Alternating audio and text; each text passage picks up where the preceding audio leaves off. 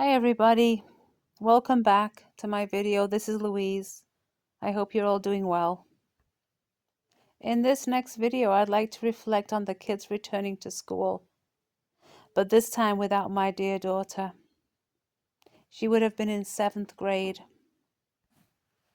Adjusting to life without Eliana is a day-to-day struggle. However, in such short time, the signs I have so far experienced have started to give me inner strength. I'm able to cope and pull my family together, surely but slowly. We had a tree ceremony at the school. It was dedicated to Eliana at the beginning of the school year in September 2011. Our close friends and classmates of Eliana were asked to join us, and it was very memorable. Some of the girls from her class played their instruments while others read. It was a beautiful day, and I must say that I did experience energy, Eliana's energy. The tree is a wonderful idea, which signifies that in life there may be life-changing situations, but there's never an end to life. It's just a continuous cycle, just like a tree that continues to bear fruit or blossom each year. We were so appreciative of the staff. The school counselor was able to make arrangements for the grief counselor to come to the school on a weekly basis to help with the grief group.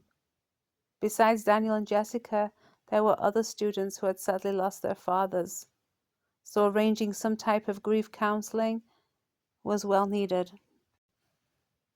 Several weeks later, one of our good friends, who's also a teacher at the school, brought in diaries for Daniel and Jessica so she could write to them and they could write back, expressing their feelings.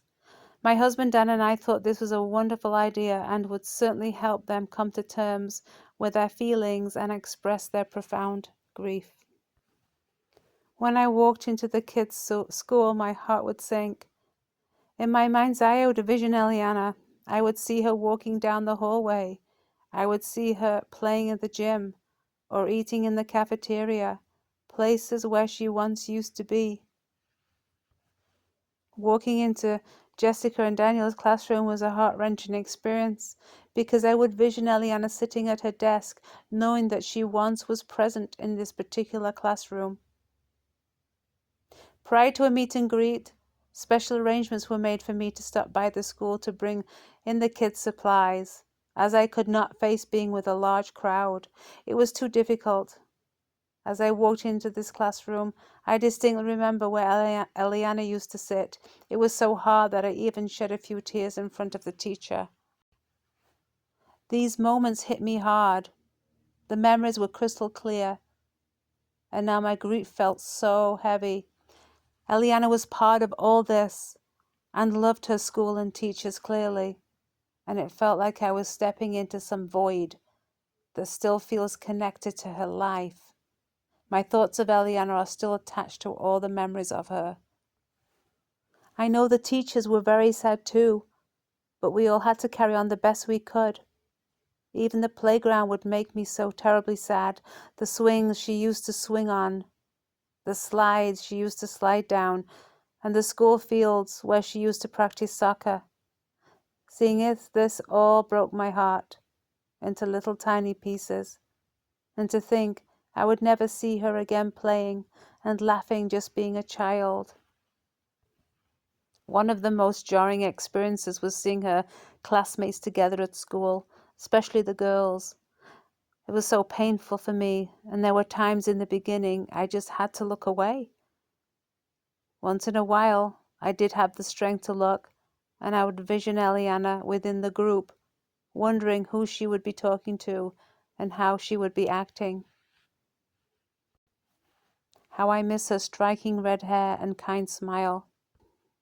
Seeing Eliana's classmates all look normal on the outside, but it's not the same for us anymore, because she was no longer included, laughing and chatting with the rest of the girls. I felt so very painful. It was so hard for me. I mean, she should be with her friends, enjoying life and being a young girl.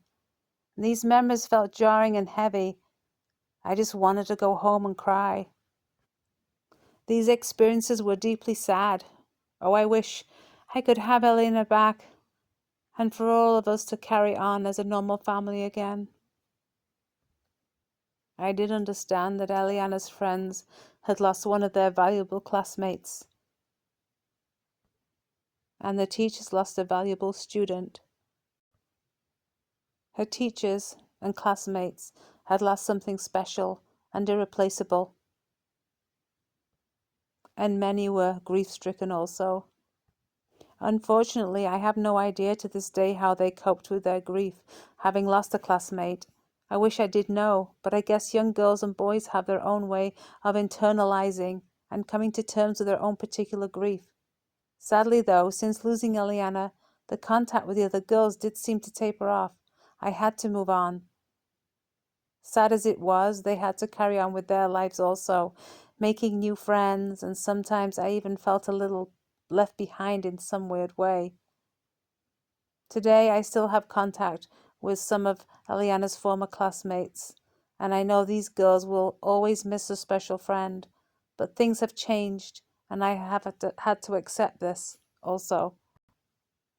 I was able to meet some of the mothers of Eliana's classmates. We would meet for coffee, and I would share my experiences of Eliana and all the signs I've received from her. I felt very comforted by their presence and vice versa.